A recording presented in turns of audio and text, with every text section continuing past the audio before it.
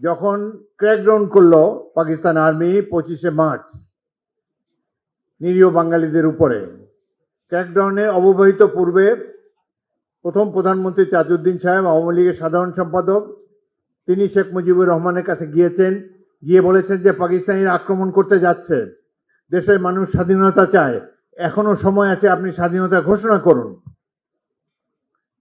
শেখ মুজিবুর রহমান সাহেব বললেন যে না, আমি বিচ্ছিন্নতাবাদী হতে পারি না, পাকিস্তান ভাঙাতে আমার কোনো অবদান থাকুক এটি আমি চাই না, সুতরাং স্বাধীনতা ঘোষণা আমি দেব না।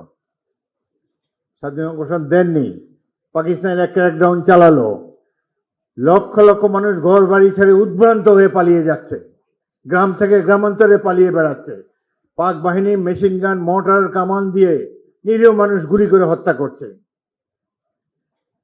এই সময় যে কোনো জাতি অবদমিত হয়ে যেত, চুপচাপ হয়ে আত্মসমর্পণ করত।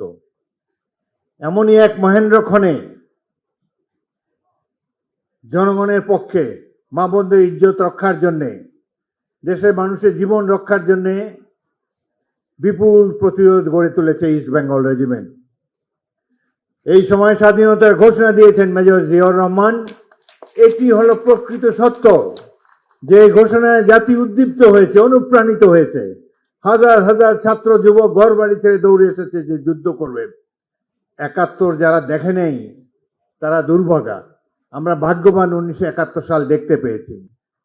আমাদের তো মাত্র 5টা ব্যাটালিয়ন ছিল, 4000 সৈনিক, মুক্তিবাহিনী ছিল প্রায় লক্ষের মতো, বাকিরা তো ছাত্র, সাধারণ মানুষ, রিক্সাওয়ালা, মুদি দোকানদার, বাসের হেল্পার, ড্রাইভার, পিয়ন, চাপরাশি, বিশ্ববিদ্যালয়ের শিক্ষক, ছাত্র, যুবক, সকল পেশার মানুষ এসে মুক্তিযুদ্ধে যোগ দিয়েছে।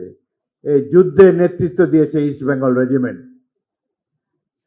কিন্তু এই কথা ইতিহাসে নাই। স্বাধীনতার অব্যবহিত পরে যে দলটি ক্ষমতায় আসলো, তারা বলল যে 7ই মার্চে একটা ভাষণ শুনেছি, ওই ভাষণই দেশ স্বাধীন।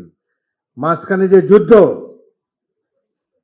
হাজার হাজার মানুষ জীবন দিল, লক্ষ মানুষ আত্মাহুতি দিল, তার কোনো উল্লেখ নাই স্বাধীনতা যুদ্ধের পরবর্তীকালে ইতিহাসে। আমরা তো চোখের সামনে দেখেছি, এখনো জীবিত আছি, কিভাবে হাসতে হাসতে বাঙালিরা জীবন দিয়েছে স্বাধীনতা অর্জনের জন্য। সেই মহাকাব্য চিরকাল বাংলাদেশের নাগরিকদেরকে গর্বিত করবে। রাজনীতিবিদরা সাধারণত অন্যের কৃতিত্ব হাইজ্যাক করেন, কাউকে কৃতিত্ব দিতে চান না নিজেরা এবং নিজের দল নেতাকে ছাড়া। কিন্তু প্রকৃত তথ্য হলো 1971-এর মহান মুক্তিযুদ্ধ ছিল জনতার যুদ্ধ, একটি জাতির যুদ্ধ। পাকিস্তানিরা ভুল করেছিল, একটা আর্মি আরেকটা আর্মির সাথে যুদ্ধ করতে পারে, কিন্তু পাকিস্তানিরা বাঙালি জাতির সাথে যুদ্ধ করতে চেয়েছে, এই কারণেই পরাজিত হয়েছে। জাতির সাথে যুদ্ধ করা কোনো সামরিক বাহিনীর কাজ নয়। এই যে ভুল তারা করেছে, যে কারণে তাদের এই পরিণতি হয়েছে, 90,000 এখানে সারেন্ডার করতে হয়েছে।